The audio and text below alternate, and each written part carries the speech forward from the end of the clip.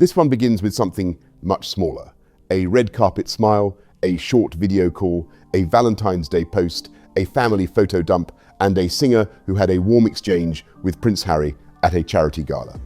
None of those moments proves anything dramatic by itself. They do not prove a marriage is collapsing. They do not prove a secret romance. They do not prove that anyone is planning a divorce. But together, they show something more interesting about Harry and Meghan's public life. In 2026, the Sussexes have reached the point where ordinary couple moments no longer land as ordinary. Every gesture is treated like evidence, because for years the couple have used visible intimacy as part of their brand. That is the new problem around Harry and Meghan. The public is no longer simply watching them, it is decoding them. A smile becomes a signal. A solo appearance becomes a clue. Oh my God, this is a total nightmare. I'm at Heathrow Airport in London, which is the capital of the United Kingdom. I'm in Terminal 3. I've got an airplane waiting to fly straight to the United States. There it is.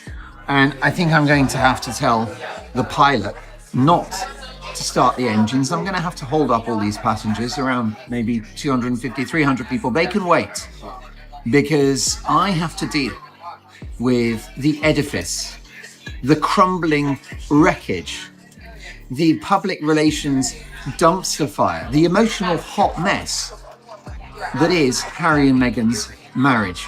A family photograph becomes a strategy, a video call becomes a message, a piece of jewelry becomes a Diana reference, a charity event becomes a marriage test.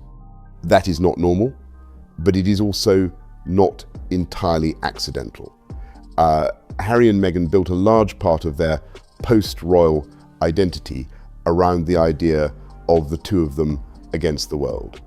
Their love story was not just private, it was the justification for leaving royal duty, the emotional engine of interviews, the center of the Netflix documentary, and the proof that whatever had been lost in Britain had been replaced by something warmer and freer in California. Once a couple sells that story, the audience keeps asking whether the story still works. That is why the David Foster Foundation Gala in Victoria, British Columbia became more than a glamorous charity night. On paper, the event was simple and worthwhile. Meghan posted her little reel of photographs, a little gallery, celebrating their wonderful summer, of course, including that notorious photograph of Archie and Lily literally running towards their late grandmother, Princess Diana's grave, which I think is dark, creepy, obnoxious and wrong. So we had that photo drop, and in that photo was a photograph of Harry and Meghan looking blissfully, performatively happy. Now, Virginia Woolf is a famous author, an English author. She created the stream of consciousness literature style, and she said, a perfectly happy human. David Foster's foundation was celebrating 40 years of work supporting Canadian families with children going through life-saving organ transplants. Meghan and Harry attended to support Foster, a longtime friend. Meghan wore a black Greta Constantine dress and Princess Diana's diamond and sapphire earrings. Harry wore a black tuxedo. They posed together, smiled together, greeted performers, and Meghan later shared a candid selfie and short clips from the evening. In a healthier public environment, that might have been the whole story. But the Sussex environment is not healthy. It is saturated with narrative. The gala landed after weeks of Meghan posting carefully selected pieces of family life, a summer holiday gallery, images connected to Althorpe, affectionate couple shots, birthday content, and domestic videos. It also came after the MasterChef Australia appearance, where Harry popped up by video call and Meghan introduced him warmly to the room. It came after a Valentine's Day post that featured Harry and Lilibet, with Archie mentioned in the caption rather than a simple couple-only message. Being would be silent. We've had the opposite from Harry and Meghan. We've had endless propaganda about how in love they are, how attracted they are to each other, how bonded they are, how mutually inseparable they are. Well, good luck with that, because not only have we had months and months and months of Harry and Meghan going solo, including Harry at one point driving for 2.5 hours from his Montecito apartment to LA for a trip to Nobu, which is a sushi restaurant, right? Something fishy is going on. Now, the big thing that... And it came during a period when Harry and Meghan have often appeared separately, pursuing different strands of public life. So when a new image appeared, showing them close and smiling, many viewers did not simply see a date night. They saw a reassurance campaign. That is the heart of this script. Reassurance can backfire. If a couple looks happy without trying, people accept it. If a couple keeps proving happiness, the proof becomes the story. The Sussexes often appear to understand the power of images, but not always the psychology of overexposure. A single relaxed photograph can be charming. A pattern of strategically timed affection can feel defensive. When the public has already begun asking questions, another glossy image may not answer the question, it may deepen it. People begin to ask why the image needed to exist at that particular moment, and what anxiety it was meant to quiet. The truth is always the opposite. So if they say we're happy, we're miserable. If they say we're miserable, they're happy. And it's just like a hall of mirrors, because they live in their own world, in their own bubble, and Meghan has her truth, which is at odds with reality. So there are so many issues going on here, apart from that photo drop with, "We're so happy, my husband and I." And of course, Harry popping up on Meghan's Sky News Australia, not Sky News, the MasterChef Australia, which is a cookery show in the beautiful country of Australia, where the Mark Dolan show has been. The MasterChef Australia video call is a good example. Meghan appeared as a guest judge during the show's 18th season, and Harry joined briefly by surprise video call during the judging segment. Meghan greeted him as "my love," introduced him to the contestants and judges, and later described him as a charmer. On one level, it was sweet. It gave the show a viral royal moment, and it fitted Meghan's lifestyle lane: food, family, warmth, Australia, and a little royal sparkle. But because everything around the Sussexes carries extra weight, some viewers saw the call as something more calculated. Harry's sudden presence turned Meghan's cooking show appearance into a couple brand moment. The message became not just Meghan is here judging food, but Harry is here too. Their marriage is visible. The Sussex unit remains intact. That does not mean the call was fake. Real couples do call each other. Real spouses interrupt each other. Real affection can happen on camera. The point is not to accuse the moment of being staged beyond what television naturally stages. Not Sky News, the MasterChef Australia, which is a cookery show in the beautiful country of Australia, where the Mark Dolan show has so many viewers. And she goes on there and she, by the way, talks about how when she was growing up, she loved fresh produce, and it was all about good vegetables and great meat and locally sourced food. And yet, previously, she's been on the record as saying, including on her own TV show with Love Meghan, "My husband, flour sprinkles, lavender towels go in the refrigerator." When she was on her own show, apparently she ate fast food and had these ready. The point is that public meaning changes when a couple has spent years turning relationship symbolism into media currency. Harry appearing on screen during Meghan's guest spot served a television purpose, a personal purpose, and a branding purpose all at once. That is exactly why people argued about it. The Valentine's Day post carried the same complication. Meghan shared a photo of Harry holding Lilibet, with Archie included in the caption as part of her Forever Valentines. Many people saw a sweet family message. Others wondered why Valentine's Day, traditionally framed around romantic partnership, was being used to show Harry as father rather than Harry as husband. That may be unfair. Plenty of parents celebrate the day with their children too. But the reaction reveals the level of scrutiny now attached to Sussex imagery. If Meghan shows only Harry, critics ask whether she is performing romance. If she shows Harry with the children, critics ask whether the couple's romance is being softened through family symbolism. We're being sent all this propaganda by the relentless and ruthless Sussex public relations machine that never sleeps, that the couple are very happy. Well, all of that has gone up in smoke.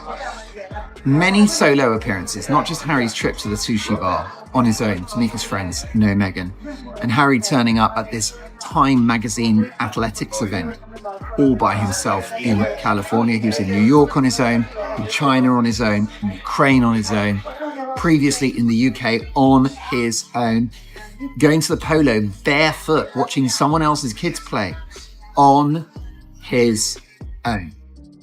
She cannot win easily because the audience no longer receives these images innocently. The children should be treated carefully here. Prince Archie and Princess Lilibet are young and deserve privacy. They are not responsible for how adults interpret social media posts. But Harry and Meghan's public use of family imagery is part of the story because the couple have made parental protection a major theme while occasionally sharing highly selected glimpses of the children. That creates a difficult balance. A rare picture can feel tender. It can also drive enormous attention to the parents' accounts and projects. A photograph can be both an authentic family memory and a public relations asset. In the Sussex world, those two things often overlap. The summer holiday images raise the same issue, especially the photographs connected to Althorp, Princess Diana's childhood home and burial place. It is completely understandable. Because now the mask is slipping. The couple can publish as many videos demonstrating how affectionate they are with each other, and as many photographs, including a very strange Valentine's Day photograph, which features from Meghan, not just a picture of Harry, but Harry and the kids. Now, why are the children featuring in a Valentine's card? The Valentine is about your partner, right? We love our kids. I have two. And no problem. 364 days a year, they are my focus. But Valentine's Day, and that is the day for your spouse. That Harry would want his children to know about their grandmother and to visit a place central to her memory. That is a private act of family inheritance. But once photographs from that context appear publicly, the meaning changes. The image becomes part of a larger Diana-coded Sussex narrative. It tells the world that Archie and Lilibet are connected to Diana not only by blood, but through public symbolism. It reminds everyone that Harry's story, Meghan's story, and the children's story are all being framed through Diana's legacy. This is why critics talk about Diana being folded into the Sussex brand. That phrase sounds harsh, but the concern is easy to understand. Diana remains one of the most powerful emotional assets around Harry. Her memory explains his fears, his anger at the press, his protectiveness toward Meghan, and his sense of being wounded by the institution. For Meghan, Diana comparisons bring sympathy, glamour, tragedy, and royal depth. This isn't it your husband, your boyfriend, your girlfriend, or your wife? So why are Archie and Lily there? Well, because there's trouble in paradise. And Meghan cannot bear, in my opinion, to give Harry the spotlight and let him be the focus of her attention, even on Valentine's Day, which is about the couple. Now, I'm the only journalist in the world that made that observation because I've got what you could describe as a power brain, if that makes sense. Brains are all very good. They're excellent. They're kind of mushy. There's all the fat in there. You've got synapses and neurons. And they're not particularly good to look at, the brain, but it functions very well. And I have... Wearing Diana's earrings at the David Foster Foundation Gala was a legitimate family choice. They are pieces connected to Harry's mother. But in context, the jewelry also contributed to a very specific image. Meghan beside Harry, dressed for a rare red carpet appearance, carrying Diana's memory into a public charity event. That is not neutral symbolism. None of this proves manipulation. It proves that symbols are powerful. Meghan may wear Diana's jewelry because her husband gave it to her, and because it means something inside the family.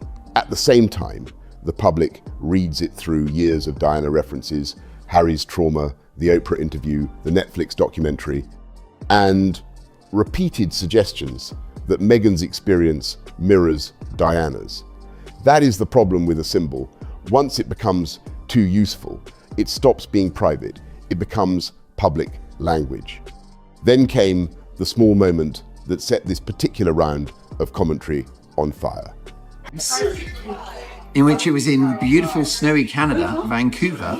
Meghan left just a couple of days before Valentine's. So she skips the opportunity of spending Valentine's Day with Harry in a log cabin where they can enjoy the snowy aspect, maybe have cocktails in the log cabin, and beautiful roaring fire. And of course, on a family show, I'll go into no more detail than that.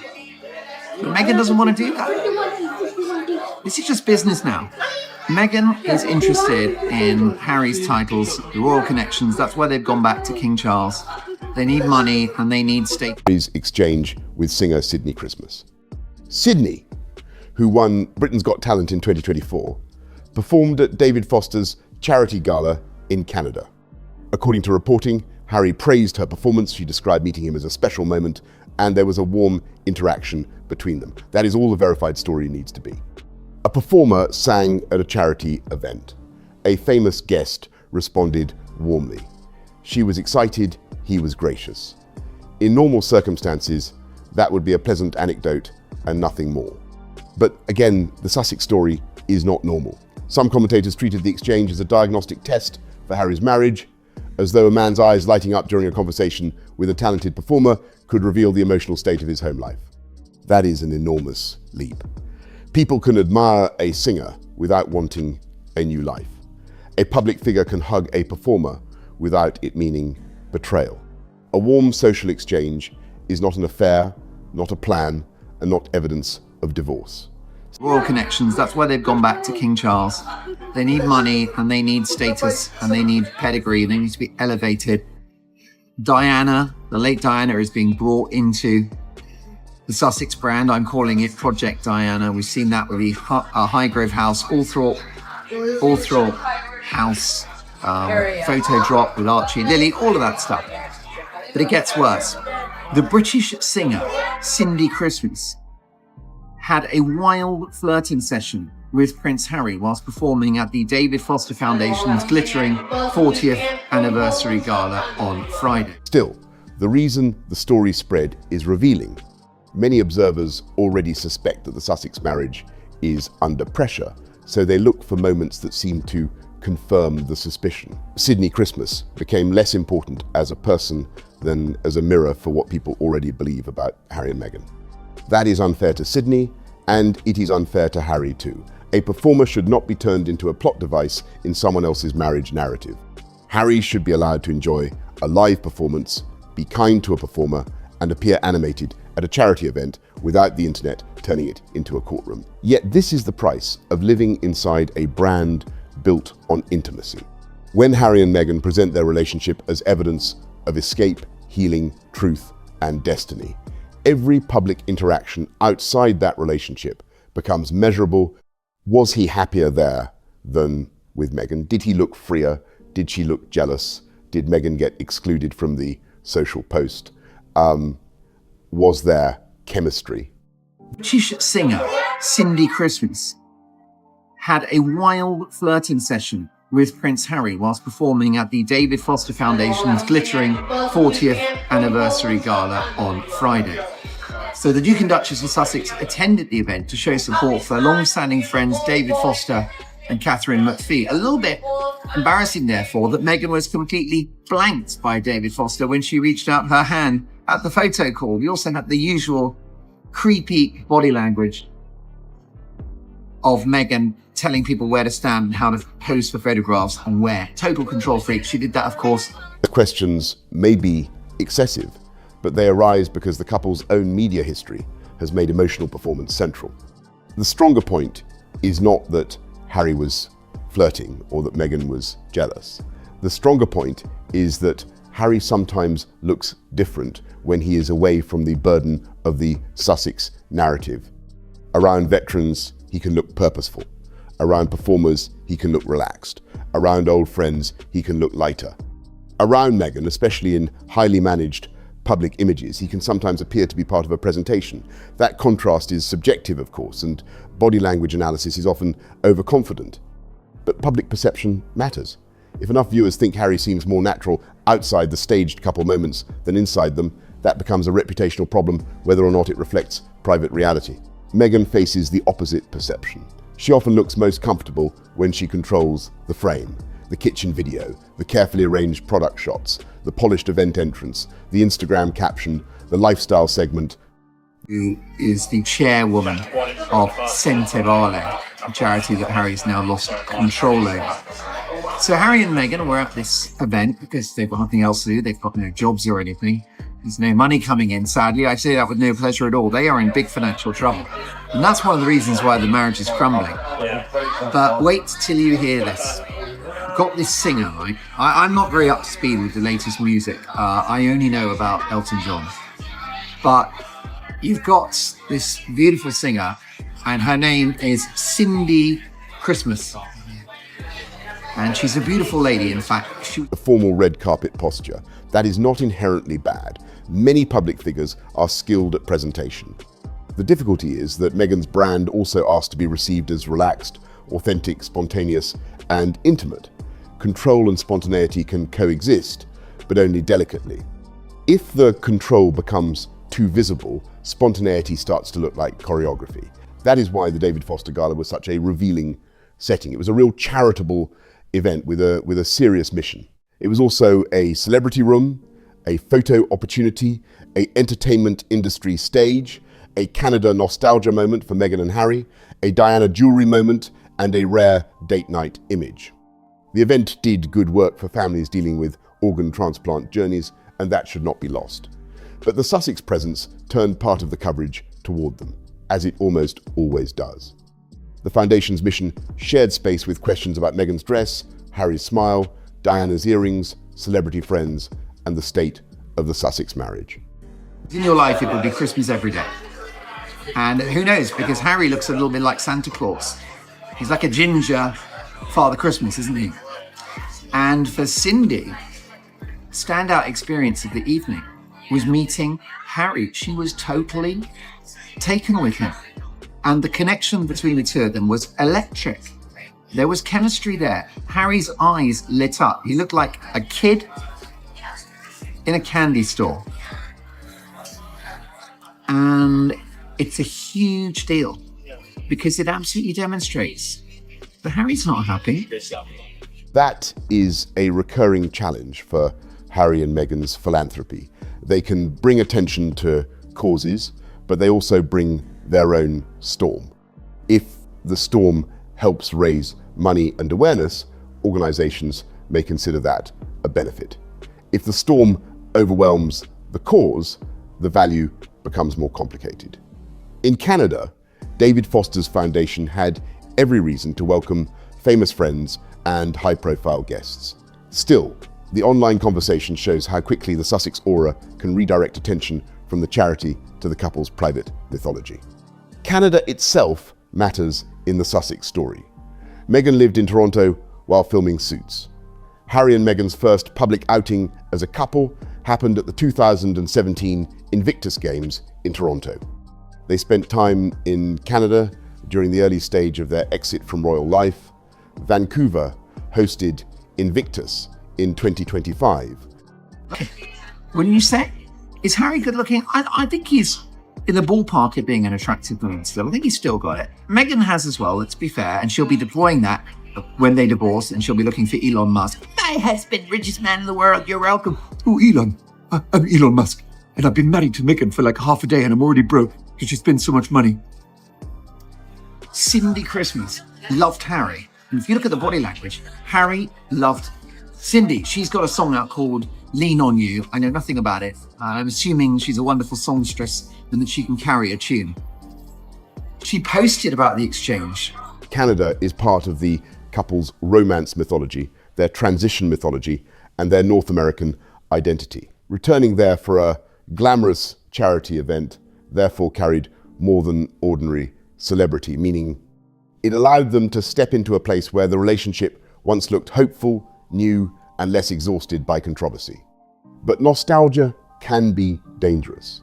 If the public senses that a couple is trying to recapture an earlier version of itself, the effort can look wistful rather than triumphant.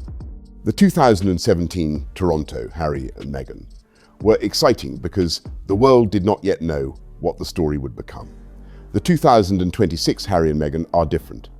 They arrive with lawsuits, media deals, brand experiments, family estrangement, title debates, security disputes, and years of accumulated public fatigue.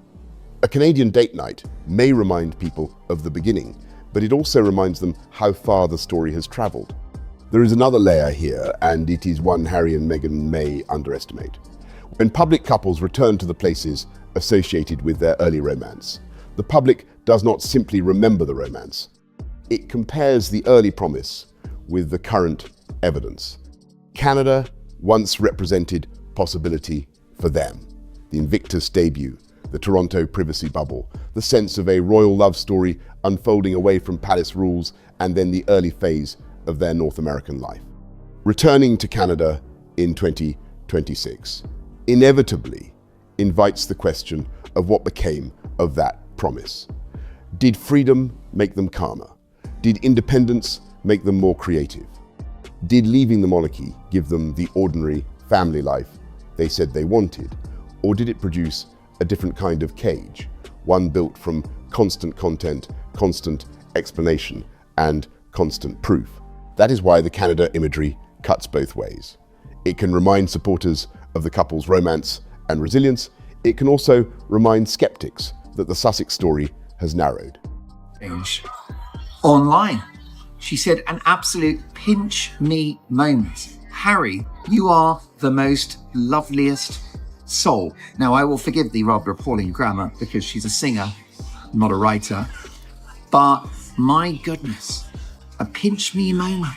Harry doesn't get affection like that from Meg. My husband, flower sprinkles go in the refrigerator.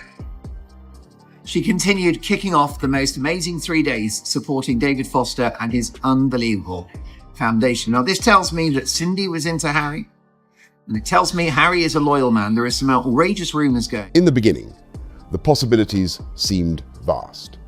Global philanthropy, serious documentary work, a new model of royal adjacent service, a modern family life, major cultural influence, and commercial independence.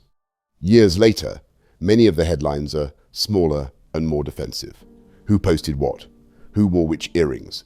Whether Harry looked relaxed near a singer? Whether Meghan was included in a social media tag? Whether a birthday video proved happiness? Whether a Valentine's photo was too calculated? That shrinkage is damaging.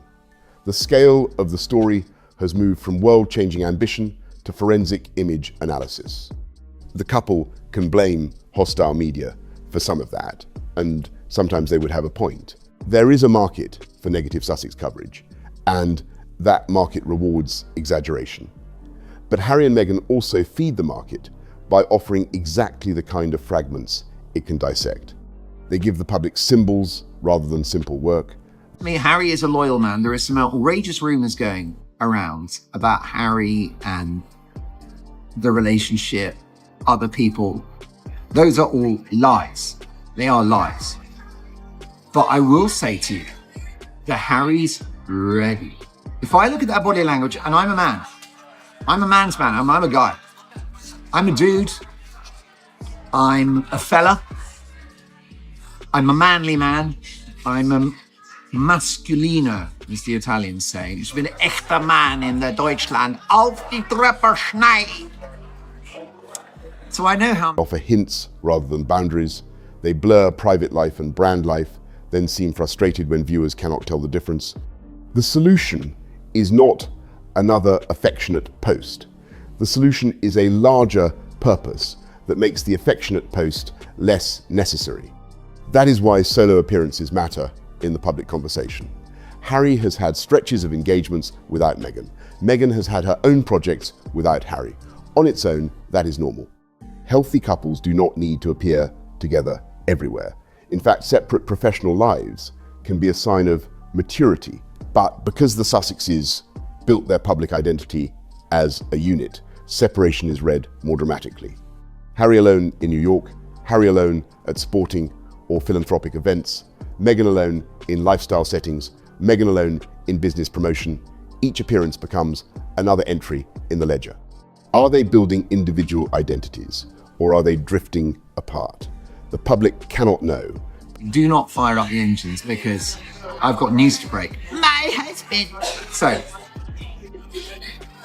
This lady, Cindy Christmas, right? She's the diagnostic. If a marriage is in trouble, it only takes a third party to come along and turn the head of either the husband or the wife.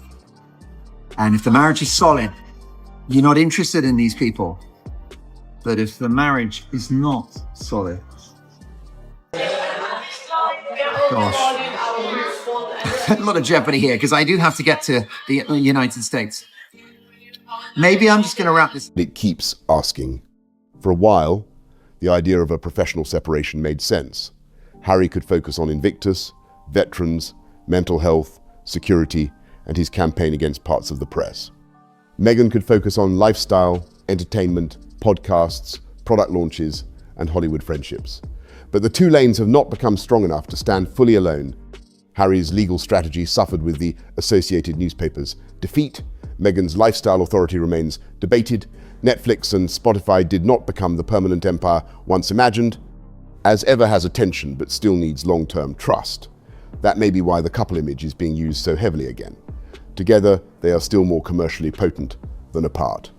That does not mean their marriage is fake. It means their public marriage is useful. A couple can be genuinely married and still use the marriage as brand architecture. In the Sussex case, the love story provides emotional legitimacy. It says Harry left for something real. Beautiful woman saying that meeting Harry is a pinch me moment. Harry, you are the most loveliest soul. Meghan will hate that. That's like kryptonite. Meghan will be hissing like a cat, like she'll be absolutely furious. And she doesn't like it when Harry is the focus of attention. I've told you before, and I'm the only journalist in the world with my 2036 Tesla power brain, that Meghan is competing with Harry and always has, because she's pathologically transactional and she competes. It says Meghan was not simply an outsider seeking status, but a woman loved enough for a prince to abandon the system. It says their critics are attacking not just two public figures, but a family. It softens commerce, humanizes grievance, and gives every project a personal frame. But the same architecture becomes fragile when the public begins doubting it. If Harry and Meghan appear genuinely warm, it supports the entire post-royal argument. If they appear staged, the argument weakens. If Harry seems lighter outside Meghan's orbit, critics pounce. If Meghan seems to place herself at the center of every couple moment, critics pounce. If the children appear, critics ask whether they are being used.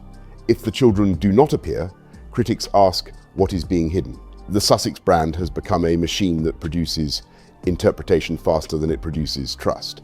That is why the original commentary around Sydney Christmas became so exaggerated. The singer's enthusiasm was treated as a threat. Everyone, including her own husband. She competes with her father, Thomas Markle. She competed with her half-siblings. She competed with her ex-husband, Trevor Engelson. The minute she got that part in Suits, he helped her with her career. She gets the part in Suits, $50,000 an episode, sends the wedding ring and the engagement ring back to him by return of post. And Meghan was on the show of that woman that was in not Star Wars, E.T. Do you remember that? Drew Barrymore, lovely lady, beautiful, talented actress.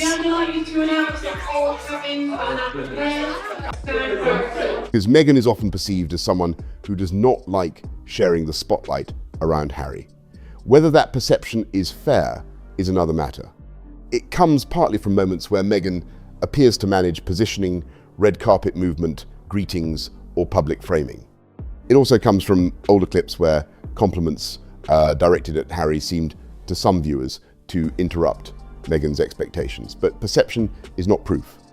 A face reacting in a talk show moment is not a psychological diagnosis. A red carpet gesture is not a complete marriage portrait. The danger in this coverage is that it can turn every ordinary human flicker into evidence of character.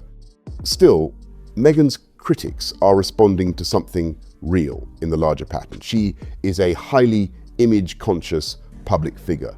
She understands the value of being seen. She uses titles, family symbolism domestic content, fashion, jewellery, friends, children, and royal echoes with care.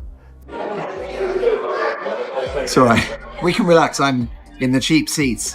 I can afford business class, but it's important to be among the people and keep it real. I'm very lucky like that. I'm a very real, very natural person. I'm very authentic. I'm very proud of just how authentic I am. I'm what you would describe as ultra real, like three-dimensionally authentic. All right. So, guys, my head is spinning. Oh yeah, so Meghan goes on the Drew Barrymore show. And Drew Barrymore starts speaking in these superlatives about the most amazing, inspirational, wonderful human. And Meghan's eyes light up because That does not make her villainous. It makes her a modern celebrity founder.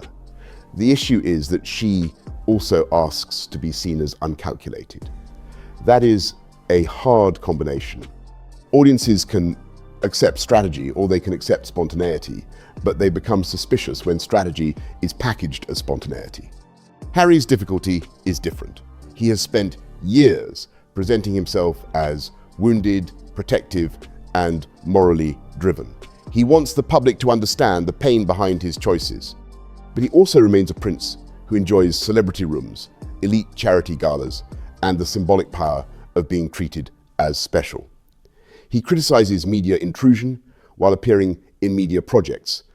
He rejects parts of royal life while retaining royal status.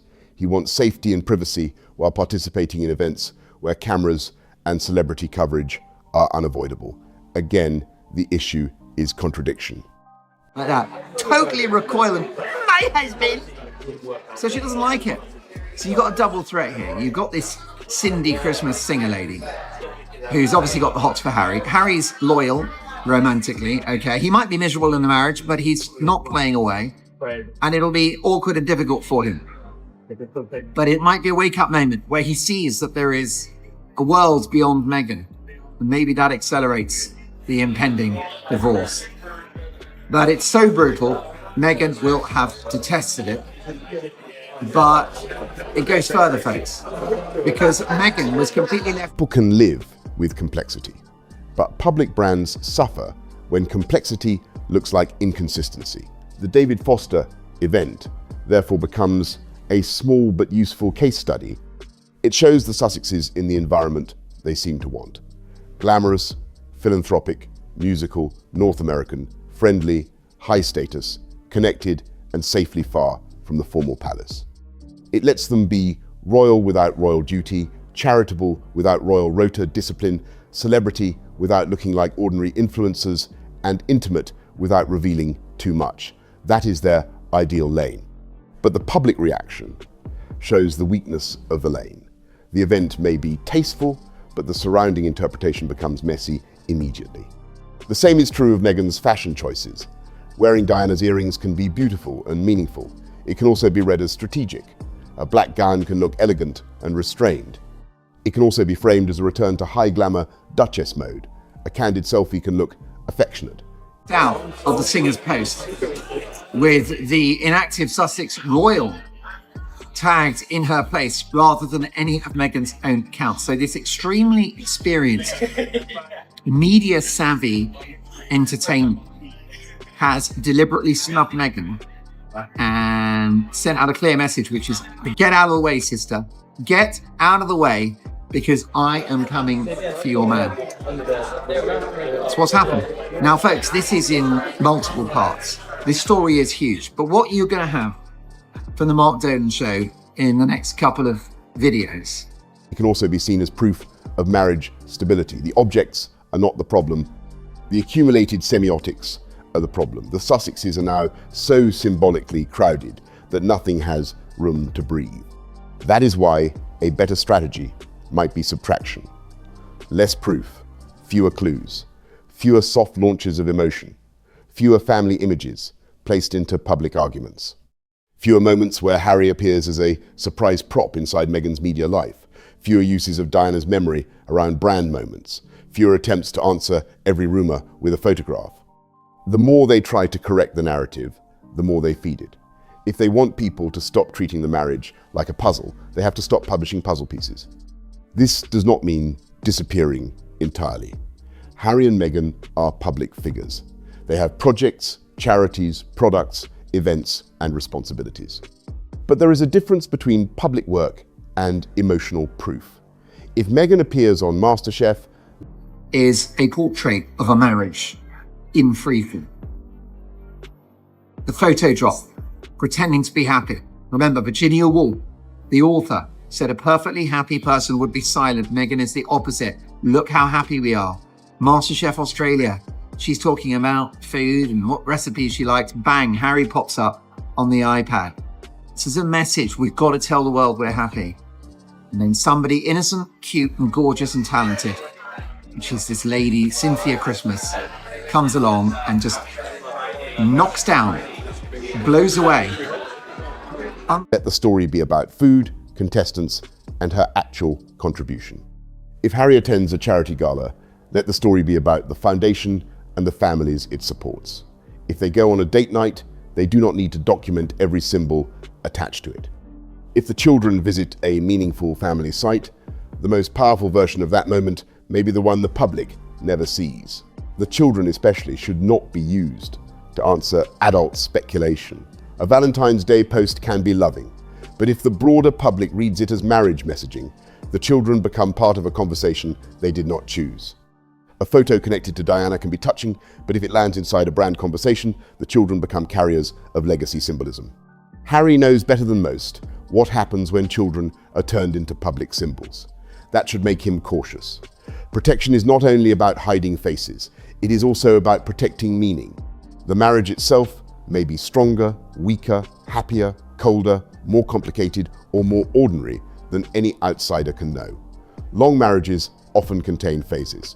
Public couples often spend time apart. Parents with work obligations often divide schedules. A warm exchange with a singer proves almost nothing. A smiling selfie proves almost nothing. A video call proves almost nothing. The responsible conclusion is not that Harry and Meghan are heading for divorce. The responsible conclusion is that their public marriage has become overinterpreted because they allowed it to become a public product.